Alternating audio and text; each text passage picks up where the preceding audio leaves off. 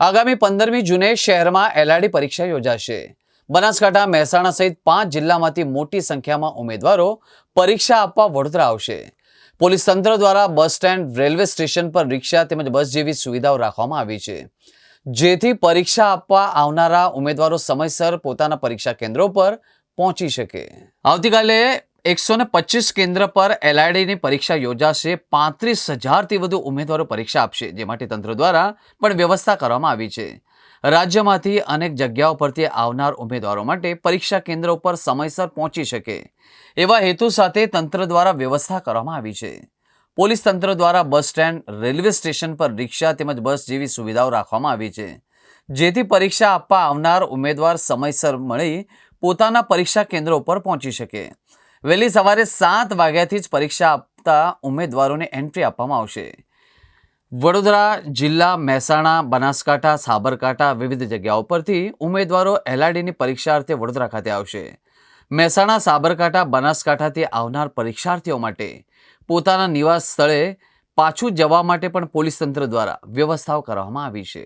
Police recruitment board આયોજિત લોકરક્ષક written examination માટે ડિટેલ્ડ સિક્યુરિટી અરેન્જમેન્ટ આવતીકાલ માટે કરી છે અને સુરક્ષા વ્યવસ્થાઓ આપણા ગાંધીનગરથી ક્વેશ્ચન પેપર લાવવાથી માંડીને ત્યાં સ્ટ્રોંગ રૂમમાં સ્ટોરેજ, આવતીકાલે ડિસ્ટ્રીબ્યુશન, દરેક કેન્દ્રોમાં એમના પરીક્ષા અંગેનો વ્યવસ્થા, રીકલેક્શન અને ગાંધીનગર ડિસ્પેચ સુધીની તમામ વ્યવસ્થાઓ આપણે ગોઠવી દીધા છે। ઉમેદવારો આમાં 35,000થી વધારે ઉમેદવારો જુદા જુદા જિલ્લાઓમાંથી આવનાર છે, તો આને ધ્યાને રાખીને એમના આગમન બસ સ્ટેશનમાં કે રેલવે સ્ટેશનમાં થાય ત્યાં પણ ફેસિલિટેશન અને હેલ્પ ડેસ્ક, સાથે સાથે ઓટો રિક્ષા કે ટેક્સી કે અન્ય માધ્યમથી જાય તો આપણે વિટકોસ કે taxi association, auto rickshaw association સાથે સંકલન કરીને એમને ફેસિલિટેશન માટે પણ વ્યવસ્થા કરી દીધા છે। અને આજે નાઇટમાં પણ કેટલાક ઉમેદવારો આવે અને આવતીકાલે સવારે પણ વહેલા આવે તો ટ્રાફિક ફેસિલિટેશન માટે પણ આપણા શહેર ટ્રાફિક પોલીસ સતર્ક બનીને એમને તમામ આયોજનો કરી ચૂક્યા છે।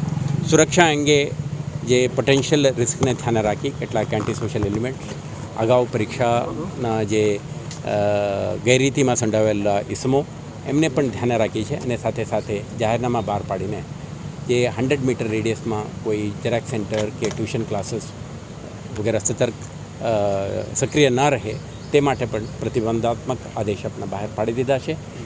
એસઓજી, પીસીબી, ડીસીબી અને લોકલ પોલીસના ડિસ્ટાફના માણસો આ જાહેરનામાના ચુસ્ત અમલીકરણ પણ કરશે એવા આયોજન ગોઠવી દીધા છે।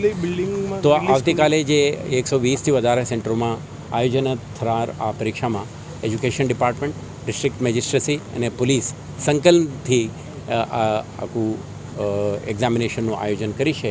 એટલે દરેક વિભાગ સાથે આપણે ડાયલોગ પ્રોસેસ અને કોઓર્ડિનેશનનું આખું વ્યવસ્થા આપણે ગોઠવી દીધું છે। પરીક્ષાનું આયોજન